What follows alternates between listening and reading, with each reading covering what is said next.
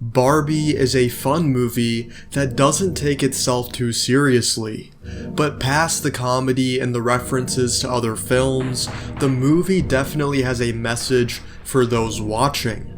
Besides the extremes of a patriarchy versus a matriarchy or rampant consumerism, Barbie is a story deeply centered around the themes of creation and what it means when you aren't enough. Throughout Barbie, we see a daughter who has outgrown her mother, and we see a man who, no matter his efforts, can't win over the woman he is so deeply infatuated with.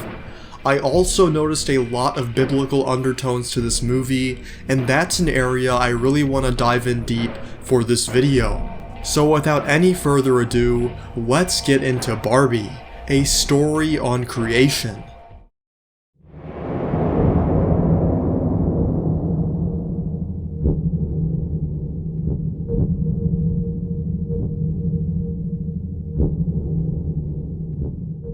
The specific biblical influences that I really picked up on in this movie deal with the story of Adam and Eve, or should I say Eve and Adam, because the male and female roles are flipped in this film.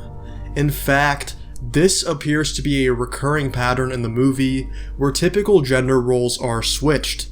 For example, the society of Barbie Land is initially dominated by women as opposed to men. The president is a woman, and even in the beginning, we are told that a good day for Barbie is spending time with her friends and doing girls' night, whereas a good day for Ken is just being noticed by Barbie. This is a recurring theme where Ken lives in the shadow of Barbie, and this also makes sense when you factor in the history behind both these dolls.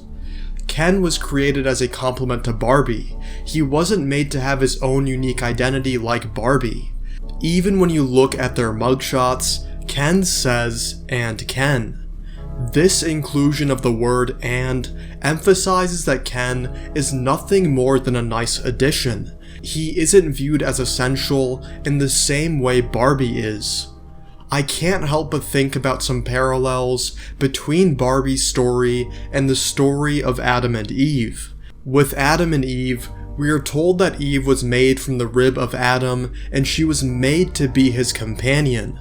This is according to the biblical account in Genesis.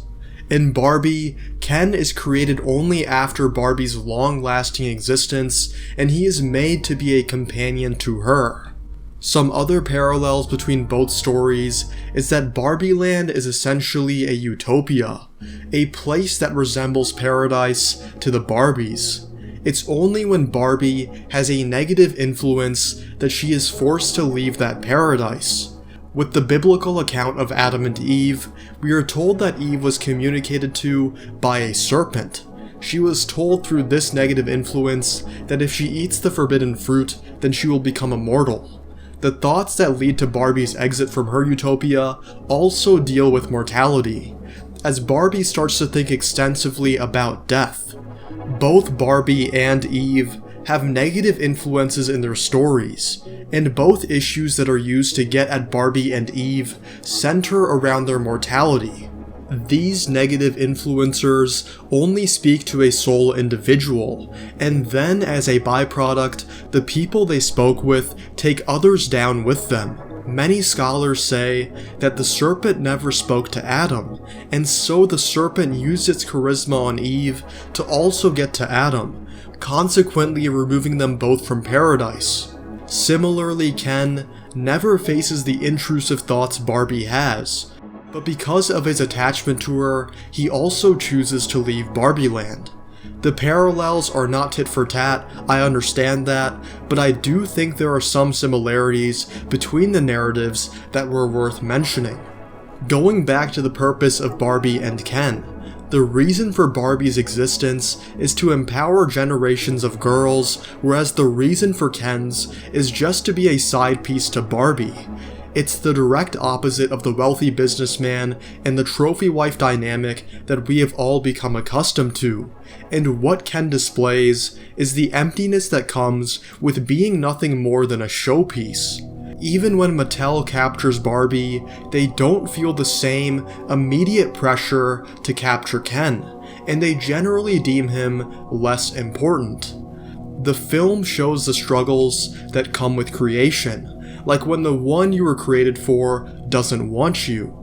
The film also shows the other side of this dynamic where the creation no longer wants the creator.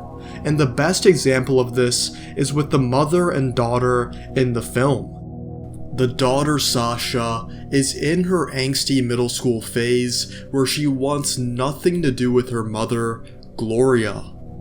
Gloria, who was once extremely close with Sasha, doesn't take well to Sasha's newfound independence, and she feels left out and depressed as a result of her daughter's new phase.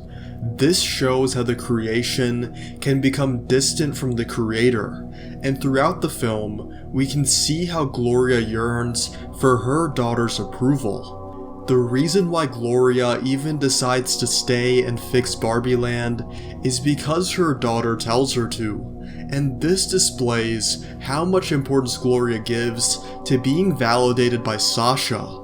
I believe Mattel, the company behind Barbie, also shows how creators can become distant from their creations.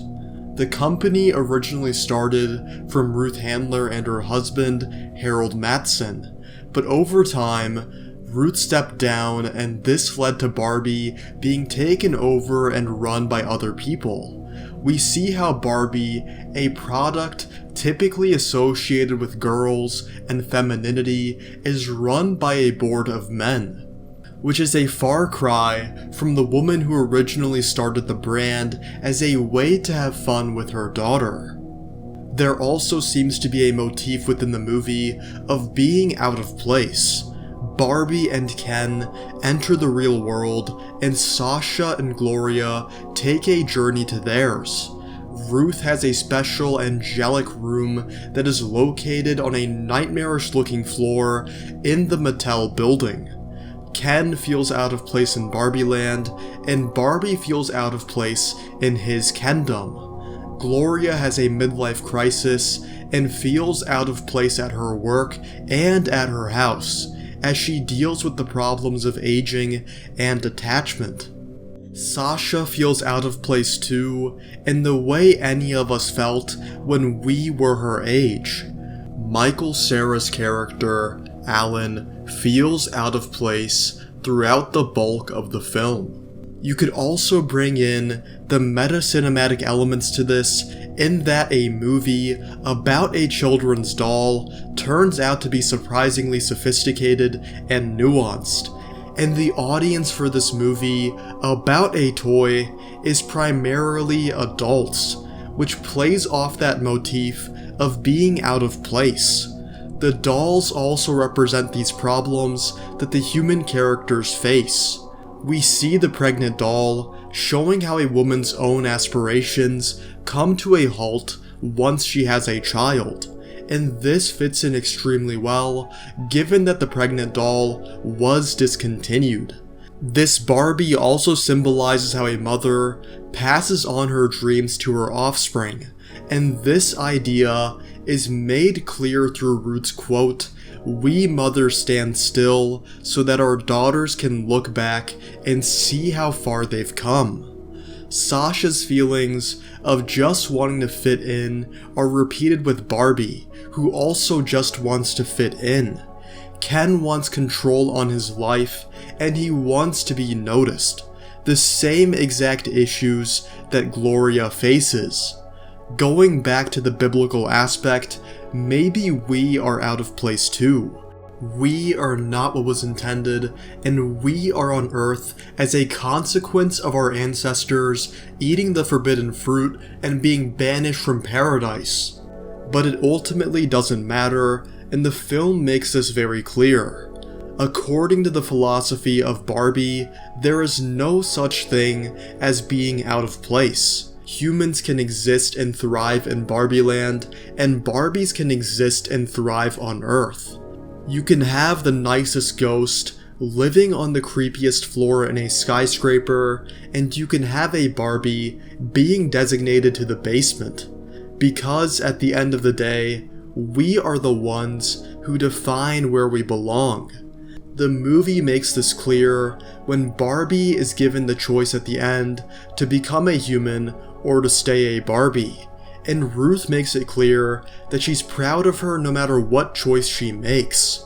This reinforces the idea that it's ultimately left up to us to choose where we belong, and that's an extremely empowering message when you consider today's landscape where more and more people feel like they don't fit in.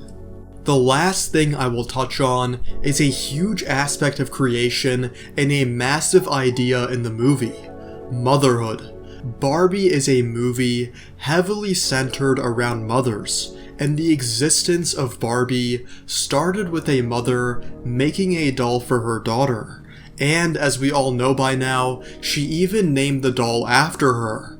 When the Barbie was first introduced, it showed little girls that there was more to being a woman than just being a mother.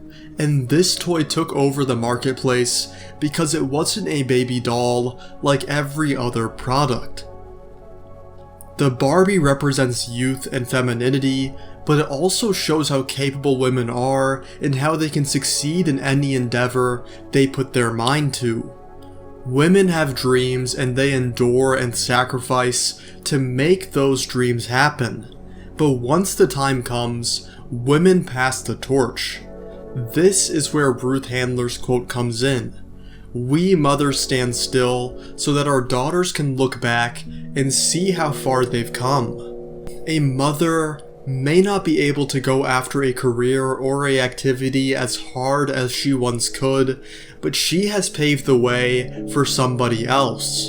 And the appreciation that comes for that sacrifice is worth more than any other accolade or worldly accomplishment. Even though the quote is directed at daughters, I believe everyone can resonate with it.